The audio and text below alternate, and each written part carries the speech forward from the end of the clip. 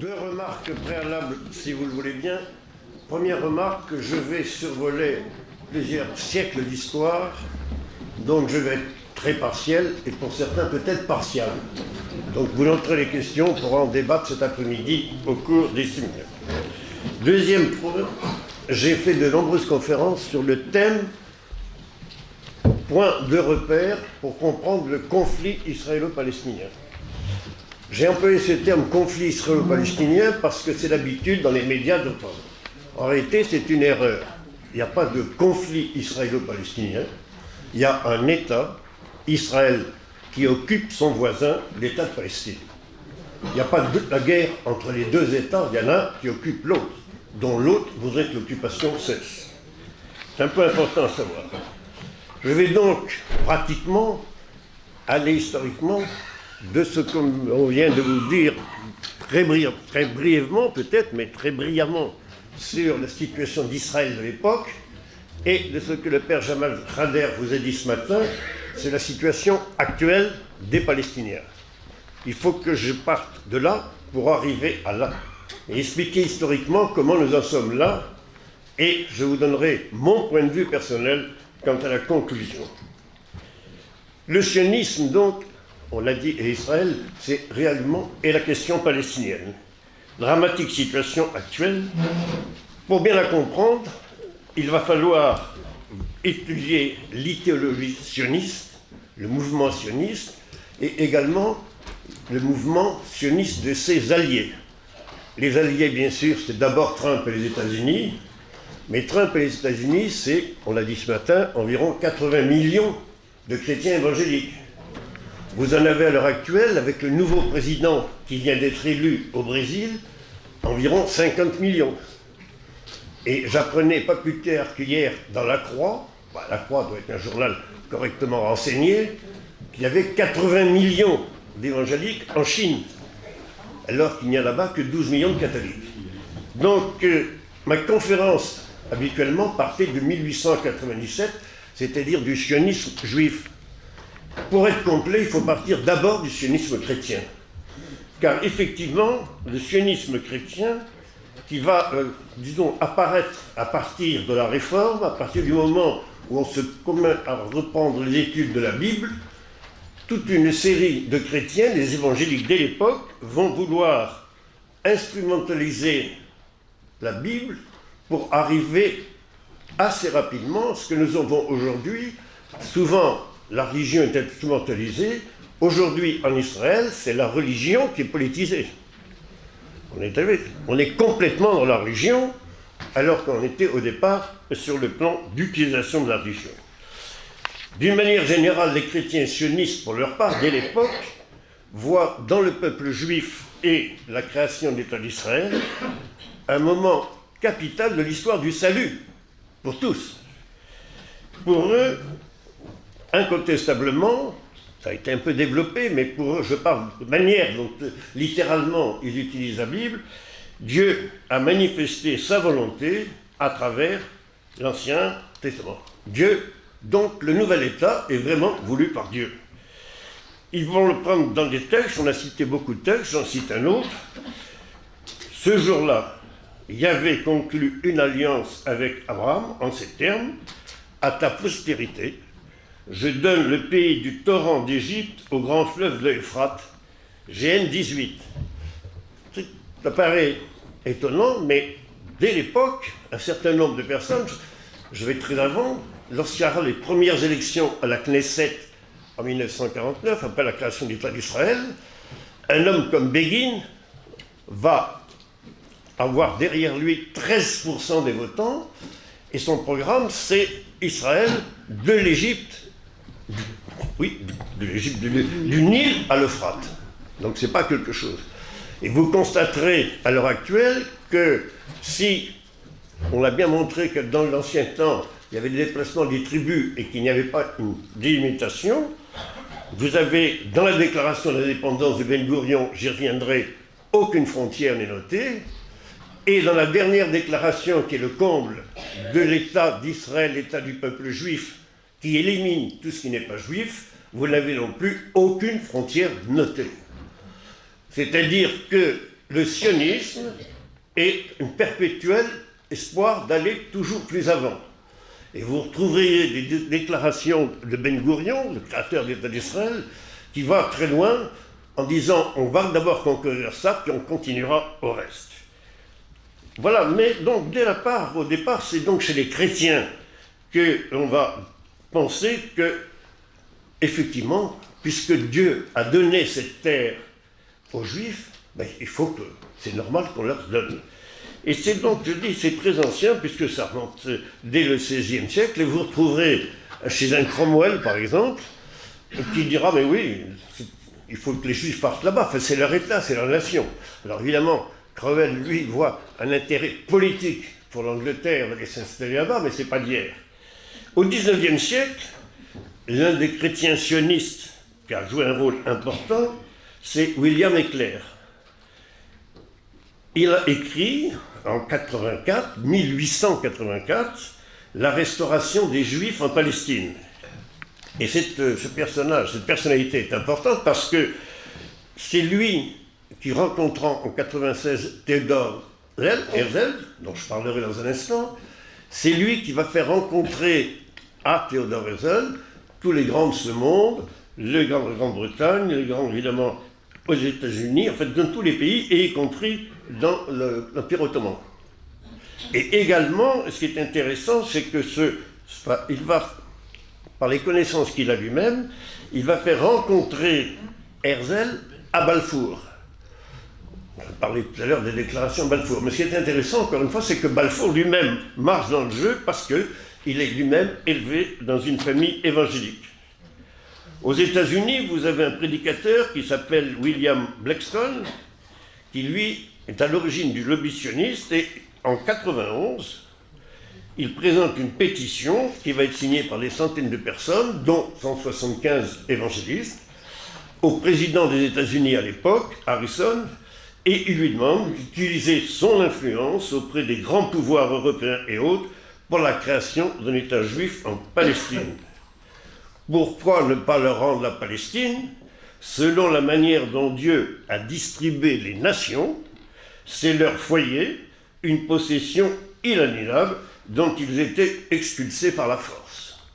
Vous voyez donc que tout un mouvement chrétien important, aujourd'hui j'ai dit les chiffres actuels, mais dès avant même l'arrivée du sioniste juif au pouvoir.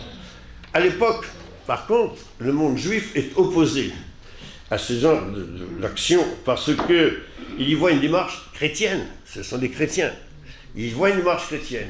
Alors, les juifs réformés, on dit non, on est très bien là où on est, il n'y a aucune raison de partir en Palestine, tout ce qu'on appelle les libéraux, les réformés.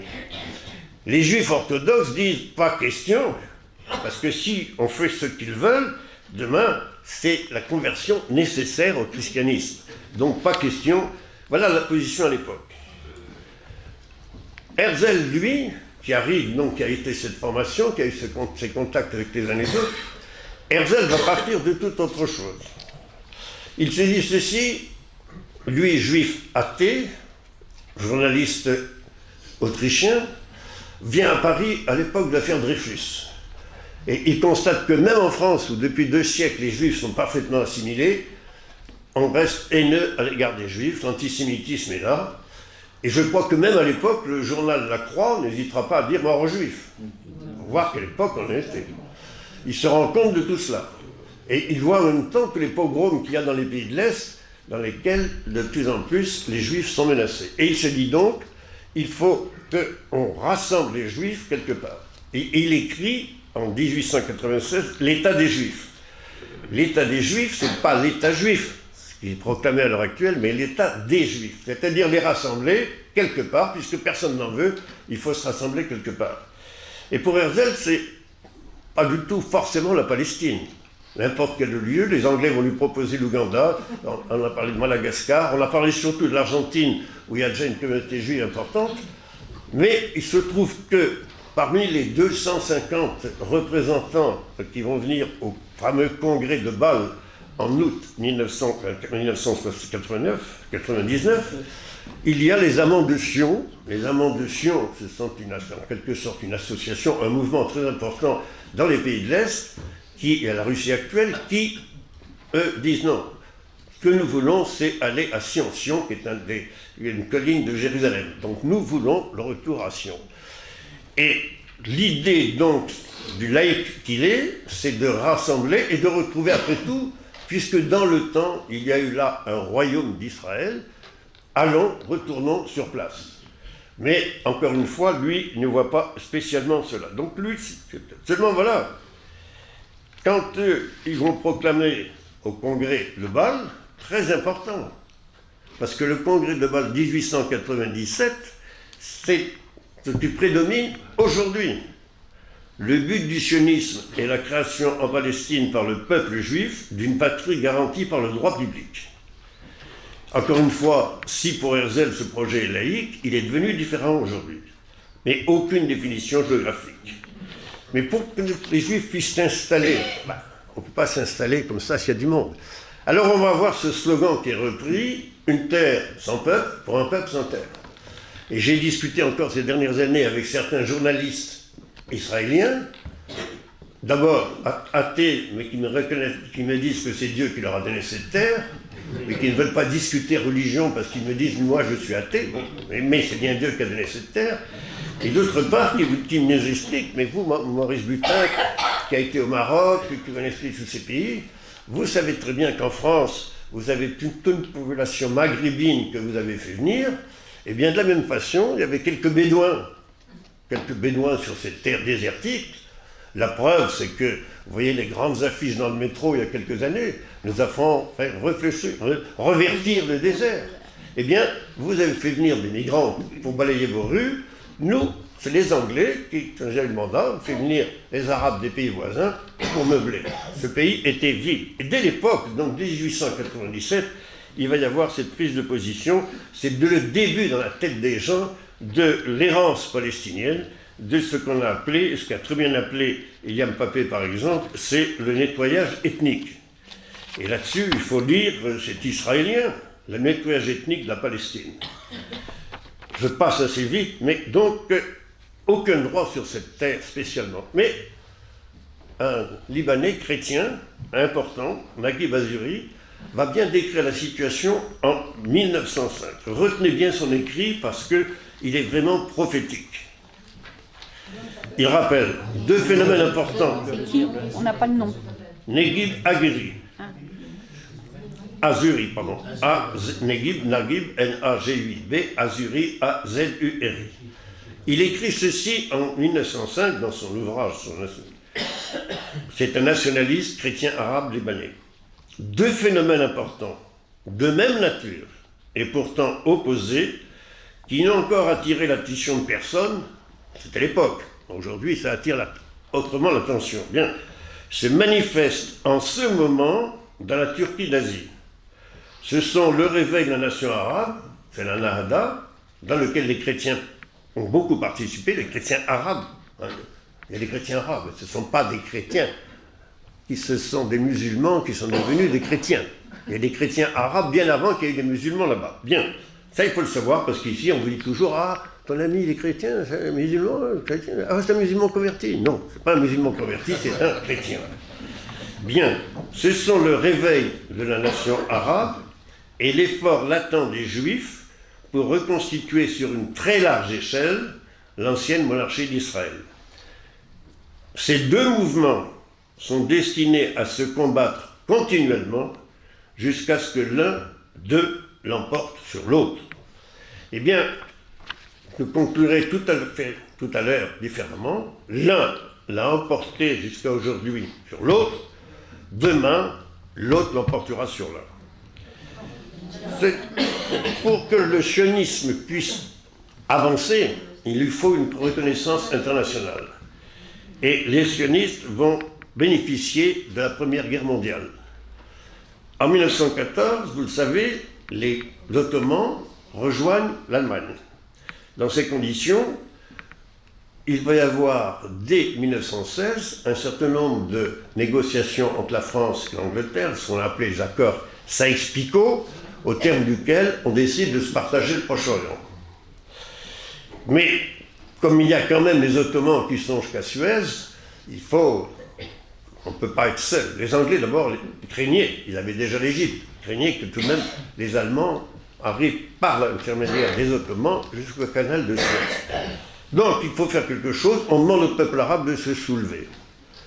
Et on fait savoir au peuple arabe, vous vous soulevez, et demain, vous aurez un grand État arabe, bien mieux que vous réclamez ce que les nationalistes réclament, un grand État arabe. Le soulèvement aura lieu, le grand État arabe, on l'attend toujours.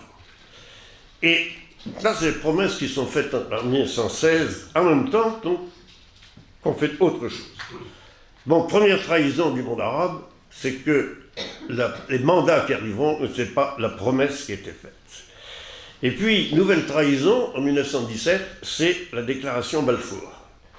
La déclaration Balfour, là encore, qui est le prolongement de 1897, le gouvernement de Sa Majesté envisage favorablement l'établissement en Palestine d'un foyer national pour le peuple juif et emploiera tous ses efforts pour faciliter la réalisation de cet objectif.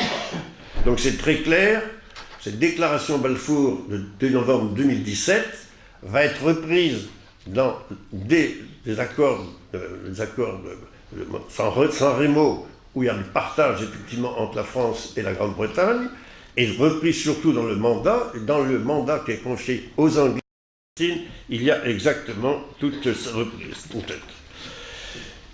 Avant d'arriver donc à l'époque des mandats et autres, il y a à signaler, tout de même ce qui est intéressant, c'est que le président Wilson, lui, vous le savez, était partisan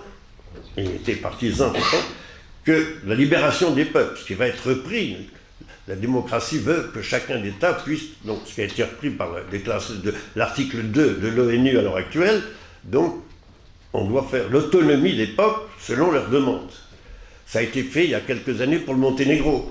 Ça a été voté au sein, il y a eu 55-60% des Monténégrins qui ont demandé l'autonomie du Monténégro. Le Monténégro est devenu un pays qui est aux États-Unis à l'heure actuelle. Jamais rien n'a été demandé aux Palestiniens, ni à l'époque, ni pendant, ni aujourd'hui. Wilson, lui, décide donc de créer une commission, la commission King-Kran, qui est intéressante. Alors, celui qui a bien développé cette commission, c'est notre ami Philippe Domas, dans un article paru dans la revue d'études palestiniennes. La commission King-Kran écrit une occasion perdue. Une occasion perdue, et il montre bien dans son article pourquoi. D'une part, parce que devait partir une commission d'enquête. Wilson voulait qu'on aille entendre les peuples pour savoir ce que désirait le peuple sur place. Vont partir deux Américains. Les Anglais et les Français n'y vont pas, pour la bonne raison. Ils ont décidé de se partager le Proche-Orient, ils ne vont pas aller enquêter de savoir ce que pensent les gens. Donc de ce côté-là, ce sera un échec de la négociation, mais ces conclusions sont intéressantes. Le rapport King-Kran ne nie pas la déclaration Balfour, mais d'une manière très prémonitoire, il déclare il prédit que ce qui va se passer en Palestine si on laisse les sionistes agir à leur guise. Il le dit, oui, la déclaration Balfour, mais il ne faut pas les laisser, il ne faut pas les laisser faire n'importe quoi. Pour aller très vite, vous avez ensuite, donc, 1933, l'arrivée assez massive des Européens, des Juifs allemands qui quittent l'Allemagne nazie. Vous allez avoir d'ailleurs tout un contingent. Israël est devenu aujourd'hui, en dehors des séfarades qui sont relativement mal vus par les autres, les Askénazes, c'est essentiellement un peuple européen. Ce sont des Européens, c'est pour une raison pour laquelle souvent les Européens estiment qu'il y a là-bas un bout de l'Europe, il ne faut pas se tromper. Et c'est comme ça que vous retrouvez que même dans les sports, toutes les équipes font les championnats d'Europe, championnats du monde, etc., toujours avec l'Europe. Et même la chanson, l'an prochain, la fameuse chanson européenne, je ne sais plus exactement le terme, va se faire à Tel Aviv. Tel Aviv, c'est le concours européen. Nous le protestons contre, nous espérons qu'avec le BDS, nous obtiendrons que ne sera pas à Tel Aviv. Jérusalem a déjà capitulé en ne laissant pas à Jérusalem, normalement c'est dans la capitale que devrait faire le concours de l'Eurovision, il devrait se faire à Tel Aviv. Mais c'est pour vous dire combien l'Europe est là-bas, ce qui n'est pas le cas évidemment pour les malheureux. Avant 47, il faut quand même situer 37. 1937, il y a un grand soulèvement que j'appellerais moi la première intifada des Palestiniens, et qui malheureusement, il va y avoir une répression terrible des Britanniques, qui envoient quand même 100 000 hommes de troupes, une répression terrible, 5 000 Palestiniens au moins vont être tués, des milliers de blessés arrêtés, et toute une série de dirigeants palestiniens vont perdre la vie là, ce qui va manquer effectivement aux Palestiniens dans quelques années après. Or, les Anglais se rendent compte que la situation devient intenable pour eux qui ont ce mandat, et ils vont proposer, par rapport Kiel, un partage. Ils vont proposer un partage donc dès 1937, ce qui fait qu'il faut éviter de penser toujours que le partage est venu de la Shoah. Non, le partage est une idée bien antérieure. En 1937, est proposé à Ben Gourion 20% du mandat britannique. Ben Gourion pense, il dit moi j'accepte, étant donné qu'il sait que les Palestiniens n'accepteront pas, les États arabes n'accepteront pas, il dit moi j'accepte. Bien évidemment, il sait que ça n'ira pas plus loin. Mais vous voyez, l'idée de partage est bien antérieure à la question de la Shoah. Ça, il faut le savoir, parce qu'on a trop tendance à dire oui, mais parce que. Quand arrive l'époque donc du partage en 1947, entre-temps, les Anglais ont vu que la guerre allait arriver, et en 1939, ils changent leur fusil d'épaule. Ils avaient proposé le partage, ils disent non, parce que la guerre arrive, et si on fait quelque chose trop... Les Allemands vont arriver d'un côté ou de l'autre à Suez. Ils reprennent leur politique de 14, il s'agit donc de faire autre chose, et ils disent, cette fois-ci, on fait autre chose, un État unique, intéressant à savoir, livre blanc, État unique, dans lequel il y aura deux pouvoirs ensemble, palestiniens et juifs. C'est refusé par les uns et par les autres. Mais c'est intéressant de savoir, parce que cette proposition d'État unique, qui va avoir lieu 10 ans après, sera peut-être la solution un jour, nous en reparlerons. Lorsque l'État d'Israël est proclamé, on va trouver un État qui va bénéficier d'un partage à son profit de 55% du territoire de la Palestine du mandat, alors que les Juifs en 1947 n'occupaient que 6%. Mais alors là, c'est là où intervient la Shoah, en ce sens que les Européens, pour se faire pardonner en quelque sorte l'épouvantable drame de la Shoah, vont donner à un tiers les Juifs installés en Palestine, qui se sont révoltés contre les Anglais en 1946-1947, qui se sont révoltés à la fin de la guerre contre les Britanniques.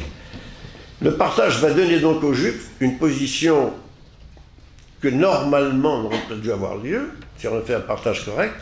Même en 1947, ils ne sont qu'un tiers des habitants, 2 tiers palestiniens, et ils n'ont que 6% du territoire. Ils vont avoir beaucoup plus, ce qui fait qu'en fait, l'ONU, à l'époque, il y a à la fois, ne nous trompons pas, les Occidentaux et les Soviétiques. Car les Soviétiques eux-mêmes pensent à l'époque que la Palestine pourrait très bien devenir, à l'encontre de tous ces rois arabes et autres, c'est un peu un démarrage du sionisme socialiste.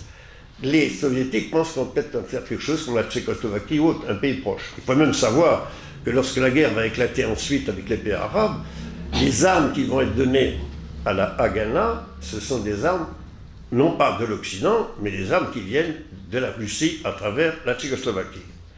Donc ils vont recevoir ça, et pour simplifier, l'Europe, pour se faire pardonner ce drame épouvantable de la Shoah, donne à un pays tiers qui ne leur appartient pas aux Juifs. On ne demande rien aux Palestiniens. Les pays arabes s'y opposent, mais on ne demande rien aux Palestiniens, ce qui n'est absolument pas conforme à tous les... C'est donc un partage parfaitement unique dans la surface, mais unique de toute façon. Il n'y a pas d'autodétermination du peuple. Et vous arrivez à l'heure actuelle à Israël qui déclare dans sa nouvelle 18 juillet dernier, Israël, État du peuple juif, seul autorisé à se autodéterminer. Plus question d'une autodétermination possible pour tout autre que les Juifs. Il y a évidemment, et ça vous le savez, que dans le même temps, bien évidemment, il y a cette population qui est là. Il y a donc ce qui est organisé, contrairement à ce que l'on écrit souvent, il y a la Nakba, l'expulsion d'environ 750 000 Palestiniens. Ils sont, on les appelle les réfugiés, moi je les appelle les expulsés, ils sont chassés. Et pour être plus sûr qu'ils ne reviennent pas, parce qu'une partie va rester tout de même en Israël. Une partie va rester, va quitter ces villages et va rester. Ce seront alors les réfugiés de l'intérieur.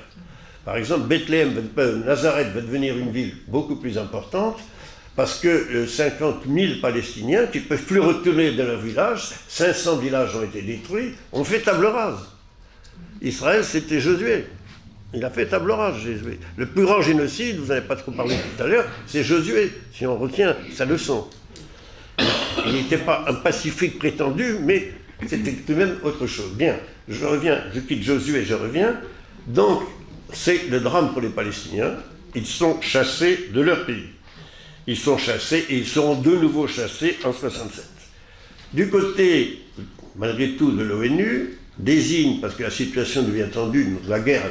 Alors les pays arabes, on dit les 5 pays arabes ont envahi Israël. Non. Israël, dès le partage, les Juifs, je ne parlerai plus du tout des Juifs, après je parlerai des Israéliens, les Juifs vont non seulement occuper la partie qui leur revient, mais vont aller au-delà. Donc déjà, ils vont au-delà pour aller au-delà. La réaction des Palestiniens est très faible, ils ne sont pas organisés, ils sont faibles, ils n'ont pas d'armement, et en plus, pour que ce soit mieux compris du peuple palestinien, vous allez avoir Der Yassin, dont on parle souvent, plusieurs Der Yassin, c'est-à-dire des massacres de femmes, d'hommes, d'enfants, sans doute au nom de Dieu, je pense, des massacres pour vraiment faire chasser. Et on va même garder derrière Yassin un certain nombre d'hommes qu'on va promener dans des camions à Jérusalem pour leur dire, voilà, tout leur village est écrasé, leurs femmes, tout ça s'est détruit, ou ils partent, ils abandonnent notre terre, c'est devenu notre terre. Vous verrez toujours que les Israéliens parlent de leur guerre de libération. Et c'est un peu tout le problème, parce qu'à l'heure actuelle, moi je me bats depuis juin 67 sur l'occupation, mais les Israéliens disent, mais ce n'est pas l'occupation, nous avons libéré notre pays. Donc, on chasse les Arabes, et ça c'est assez dramatique. L'ONU étudie la question, et celui qui va avancer un peu, c'est le comte Bernadotte, qui est mis là-bas comme représentant de l'ONU, qui voit la situation. Il a sauvé des milliers de Juifs lorsqu'il était le président pendant la guerre de l'HSR. Des accords qui sont passés pour les passer en Suède. Il voit la situation, il dit c'est dramatique, il faut retrouver ce partage, c'est mal partagé, il faut revoir le partage, et en même temps il dit surtout, il est indispensable que ces gens qui ont été chassés reviennent. Ça c'est trop, et il est assassiné au mois de septembre 1948, c'est à 70 ans, et il est assassiné parce qu'il a eu le courage de dire qu'il faut qu'ils reviennent chez eux. Mais son rapport à l'ONU, on va quand même le discuter et intégrer. Vous avez le 10 décembre 1948 la proclamation universelle des droits de l'homme, et le 11 décembre 1948, la fameuse résolution 194, qui est toujours valable aujourd'hui, qui prévoit le retour des réfugiés chez eux et leur indemnisation. C'est fondamental. Il ne pourra jamais y avoir d'accord entre Palestiniens et Israéliens si les Israéliens ne reconnaissent pas d'abord ce qu'ils ont fait. Vous savez, actuellement, on reconnaît les fautes qu'on a fait ceci, les fautes par l'homme, demande pardon. Enfin, on passe en permanence à faire du pardon partout. Il faudra que les Israéliens reconnaissent. Ensuite, il y aura un débat sur qui doit parvenir, comment ils reviendront. Et ce sera une question technique. Mais le fondement reste la 194. Il faut aller plus vite parce que le temps passe. Vous allez avoir un changement complet en Israël à partir de 77. Nous passons d'un sionisme qui était politico-religieux, où on utilisait la religion mais sans y croire, simplement on disait, puisque Dieu nous a donné ça, après tout, on ne croit pas en Dieu, mais il nous l'a donné, prenons-le. On passe alors, en 77, à autre chose, par l'élection de Begin. Le père Kader en a parlé ce matin, le père Jamal Khader en a parlé, c'est pour la première fois la droite nationaliste sioniste arrive au pouvoir. C'est un tournant parce que ça n'a fait que progresser jusqu'à aujourd'hui. Celui qui comprend assez ce tournant immédiatement, qui comprend qu'il n'y aura rien à faire avec Israël dans la mesure où la droite est au pouvoir, cette droite qui réclamait du Nil à l'Euphrate, le président Sadat, lui, voudrait bien récupérer ce qu'ils ont occupé grâce aux Français et aux Anglais, ce qu'ils ont occupé en 1956. Il s'agit de récupérer cette terre, c'est-à-dire le Sinaï. À ce propos, je vous vois encore très rapidement une incidente. 1956, les Israéliens vont attaquer. Tout ça est organisé à Sèvres, ici, entre Guy Mollet, côté français, Anthony Eden, américain, et Pérez. On se met d'accord, vous allez attaquer à travers le Sinaï, Gaza le Sinaï, et nous allons débarquer à Suez, marcher sur Alexandrie, marcher sur le Caire, pour vous séparer les uns des autres. Tout ça est combiné, pourquoi? Parce que Nasser a osé canaliser le canal de Suez, a été nationalisé l'été suivant. Il s'agit de battre Nasser, mais donc naturellement on a besoin de l'armée juive qui est sur place, et on va de l'autre côté. Bon, vous savez ce qui se passe, c'est que les Américains, Eisenhower est contre cette opération, les Soviétiques aussi, donc les deux vont se réunir au Conseil de sécurité et on va prier les Anglais et les Français de réembarquer. En France, Guy Mollet restera à son poste, Anthony Eden, qui a un peu plus d'honnêteté politique, démissionne. Du côté d'Israël, il ne bouge pas. Les Israéliens restent sur le Sinaï. Et Eisenhower, qui vient d'être élu président des États-Unis, va à ce moment-là exiger d'une manière très claire, dans son discours de l'Union, en janvier 1957, il va exiger que dans tout pays qui occupe un autre ne recevra plus de financement américain. Ce n'est pas dirigé directement sur Israël, mais indirectement c'est dirigé. Il va y avoir, il faut lire également tout ce qu'il y a sur les mémoires qui sont reprises de Ben Gourion. Ben Gourion va se battre des semaines par lettres et lettres en disant notamment, bon, le Sinaï, d'accord peut-être, mais Gaza, pas question. C'est indispensable, Gaza, pour la sécurité d'Israël. Vous voyez ce qu'il y a aujourd'hui. Donc, indispensable. Enfin, finalement, sur la pression américaine, ils vont bouger. Parce que la tentative faite par les Américains et les Soviétiques au Conseil de sécurité va être barrée par qui? Par la France et l'Angleterre. C'est nous qui, à l'époque, utilisions le droit de veto contre cette opération. Ce qui fait que c'est Eisenhower, lui, quelques semaines après, reprend par son discours, et ce sera le seul président américain qui ait jamais fait quelque chose, effectivement, pour faire reculer Israël. C'est trop long? 5 minutes. Un peu plus quand même. Ben non. Ah, oui. Je vais aller donc très vite, parce qu'il faut... C'est que d'histoire, c'est ça. La chose connaît donc en 1977, et depuis l'époque, vous connaissez parfaitement toute la manière dont l'Israël, malgré la première intifada, malgré la deuxième intifada, malgré la résistance palestinienne admirable, qui peut aider, et si la situation demeure, si les Américains ont été vidés du Vietnam, si nous-mêmes nous avons été vidés de l'Indochine, si, etc., c'est que ces peuples ont été aidés par leurs voisins. Si le monde arabe aidait réellement la Palestine, il y a longtemps que la question aurait été réglée. Mais ils ne font rien, et au contraire, aujourd'hui, ils traficotent avec Israël. Il y a quand même une chose importante à noter, à l'époque, en 80, c'est la déclaration de Venise. La déclaration de Venise, les Européens sont très en retard depuis. Les Neufs reconnaissent le rôle particulièrement important de la question de Jérusalem, etc. Donc Jérusalem, pas question de l'élection qui est faite par les Israéliens. Et d'autre part, justice doit être rendue, occupation territoriale doit se terminer le plus vite possible. Rien ne sera fait, et il y aura toutes les conférences que vous connaissez. La dernière sera la conférence qu'il y a eu à Annapolis, ça n'a rien donné de plus. Pour conclure, parce qu'il faut conclure, mais il faudrait beaucoup plus développer d'un point de vue historique, les fondamentalistes, c'est très clair. Ils vont jusqu'à croire, les fondamentalistes chrétiens, ils vont jusqu'à penser que le temple doit être construit parce que, à ce moment-là, ça va devenir le temple, mais ce sera le retour de Jésus sur le temple. Le Christ va réapparaître. Et ce sera, et tous les millénaristes et ceux qui sont plongés dans une étude littérale de la Bible pensent que, effectivement, la fin des temps approche, puisque Dieu a envisagé, on voit à travers l'Apocalypse, les Juifs doivent se rassembler, puisqu'ils se rassemblent, puisqu'ils créent un État. Et chaque fois qu'il y a quelque chose, lorsque l'ensemble de la Cyrénaïque a été occupé en 67, les chrétiens sionistes ont dit magnifique, en 6 jours, mais jamais une armée n'aurait pu faire s'il n'y a pas Dieu derrière. Dieu est partout.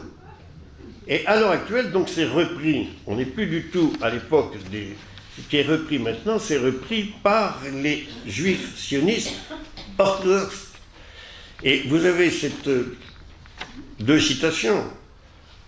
Vous avez Yuri Avneri, ce fameux journaliste qui, hélas, est mort il y a quelque temps, qui est très opposé, qui est pour Israël, mais très opposé au sionisme religieux, au sionisme étatique, au sionisme qui tient à l'occupation, qui était contre l'occupation. Yuri Avneri dit « Mais Trump a des soutiens bien plus importants, les millions d'évangéliques.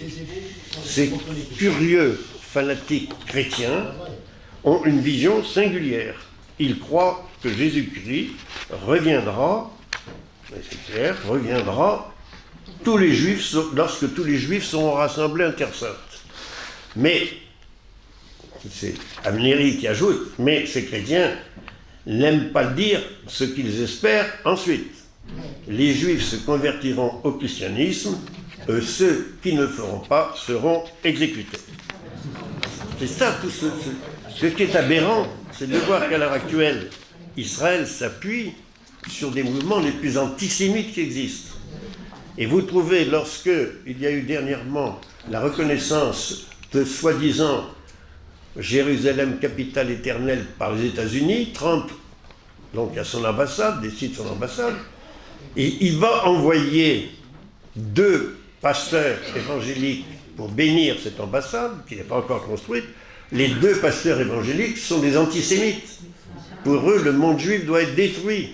Mais c'est bien que Israël progresse, parce que plus Israël progresse, plus les Juifs reviennent, ce qui n'est pas le cas des Juifs américains qui restent chez eux. Mais donc, le Christ arrive. 2 conclusions. Les conclusions personnelles, j'avais 2 citations à vous faire, mais moi, personnellement, j'ai double certitude, c'est une certitude personnelle. Vous n'êtes pas obligé de la partager. La première, c'est qu'il n'y aura jamais la paix tant que le national-socialisme sera au pouvoir en Israël. Cet État d'Israël s'est fait par la guerre. Israël n'a toujours vécu que dans la guerre. Le sionisme israélien, qu'il soit laïque, qu'il soit religieux, c'est la guerre. C'est la guerre contre autrui.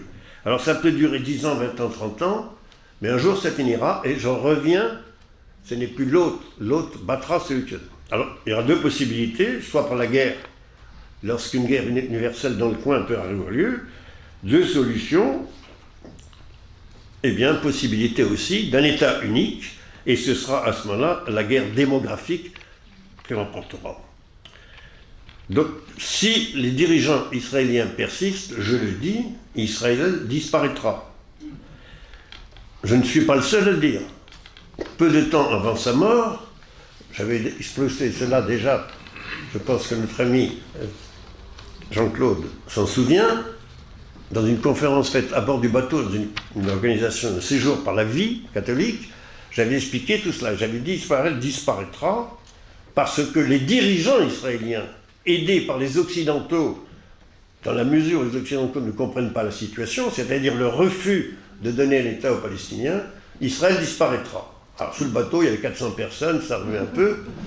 Et il y a un jeune homme qui s'est levé, qui était beaucoup plus âgé à l'époque que moi, certes, c'est le vieux père Jeannet. Là, pas celui qu'on a connu à la radio ou à la télévision, le père Jeannet, l'ancien ministre du général de Gaulle. Et Jeannet dit, oui, je dois vous le dire, quelques jours avant sa mort, le général de Gaulle m'a dit, si Israël, c'est vieux, de Gaulle est mort en 70, si Israël continue sa politique, Israël disparaîtra. Je pense qu'à l'heure actuelle, on est arrivé à un point de non-retour. Le ghetto est fermé. Ils sont en train de faire un mur énorme face au Liban. Ils ont fait les murs, ils ont découpé tous les côtés. C'est eux-mêmes qui... C'est eux-mêmes. Et je ne suis pas le seul à le dire. De Gaulle l'a dit, c'est autre chose que moi. Mais vous avez des dirigeants israéliens et une jeunesse même israélienne qui se rendent compte. Et le combat, par exemple, de notre ami Essed. Stéphane avait un combat très fort pour les Palestiniens. Mais son combat très fort pour les Palestiniens était d'abord et avant tout un combat pour Israël. Beaucoup ne l'ont pas compris. Pour lui, s'il n'y avait pas d'État palestinien, Israël disparaîtrait. Bien, je pense qu'effectivement, alors les conditions de la paix, et j'en termine, il faut absolument qu'un jour se lève en Israël un leader. On ne connaît pas à l'heure actuelle.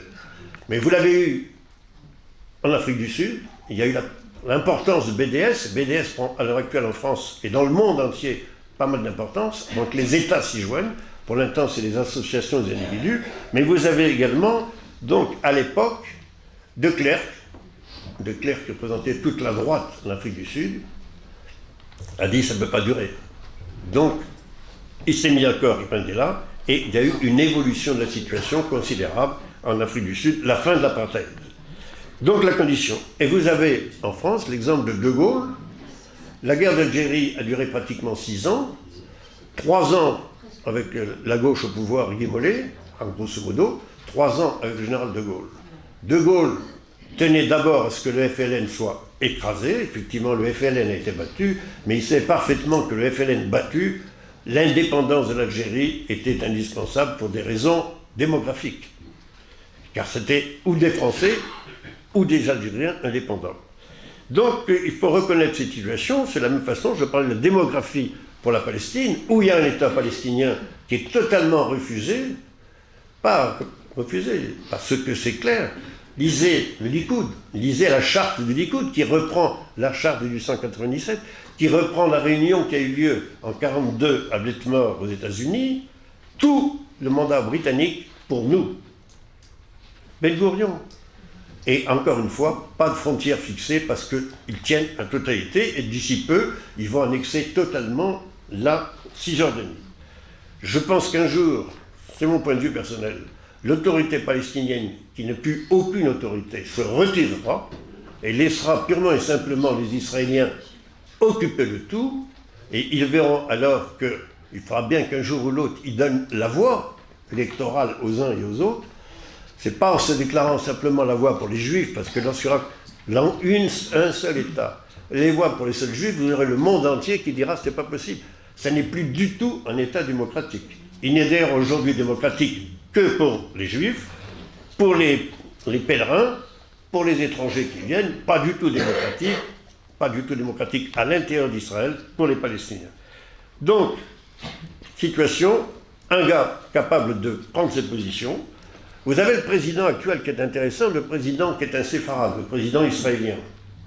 Lui est pour Eretz Israël, la totalité du mandat britannique. Mais, dit-il, dans cette totalité, les peuples doivent avoir les mêmes droits.